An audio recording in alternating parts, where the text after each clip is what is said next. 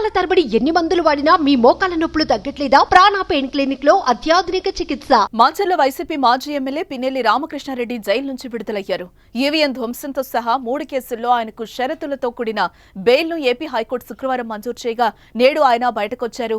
నిన్న సమయం మించిపోవడంతో నిబంధనల మేరకు జైలు అధికారులు విడుదల చేయలేదు. పిన్నెల్లి విడుదల సందర్భంగా జైలు వద్దకు మాజీ మంత్రులు కాకాని గోవర్ధన్ రెడ్డి, అనిల్ కుమార్ యాదవ్, ఇతర నేతలు వచ్చారు. పిన్నెల్లి బయటకు రాగానే అనిల్ కుమార్ యాదవ్ కారులో ఎక్కి వెళ్లిపోయారు. జైలు వద్ద ఎలాంటి అవాంఛనీయ సంఘటనలు జరగకుండా పటిష్ట భద్రతను ఏర్పాటు చేశారు అధికారులు.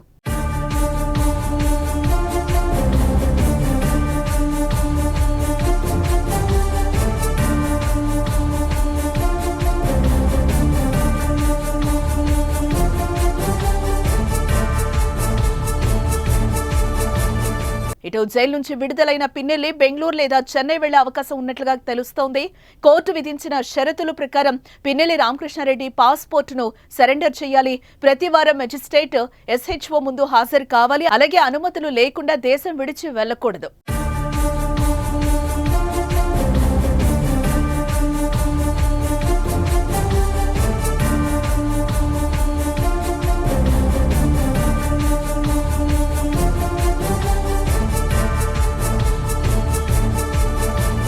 అసెంబ్లీ ఎన్నికల సందర్భంగా మే 13న పోలింగ్ రోజున రెంటచింతల మండలం పాల్వాయి గేట్ 202 పోలింగ్ కేంద్రంలో చొరబడి ఆయన ఈవీఎంను ధ్వంసం చేసిన దృశ్యాలు సీసీటీవీ కెమెరాలో రికార్డైన ఈ దృశ్యాలు సోషల్ మీడియాలో వైరల్ గా మారాయి.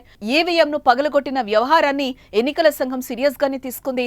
పిన్నెల్లిని అరెస్టు చేయాలని ఆదేశించింది. దీంతో పోలీసులు ఆయనపై పలు సెక్షన్ల కింద కేసులు నమోదు చేశారు. అదేవిధంగా టీడీపీ ఏజెంట్ సిఐపై దాడి కేసులు కూడా నమోదు కావడంతో జూన్ 26న పోలీసులు అతన్ని అరెస్టు చేశారు. దాదాపు 2 నెలలుగా నెల్లూరు సెంట్రల్ జైల్లోనే ఉన్నారు పిన్నెల్లి.